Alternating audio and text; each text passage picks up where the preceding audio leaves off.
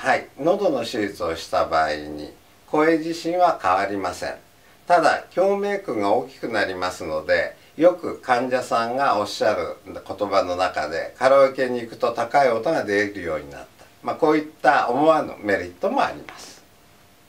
また喉が通りやすくなりますので、声が通るようになるというメリットもありますね。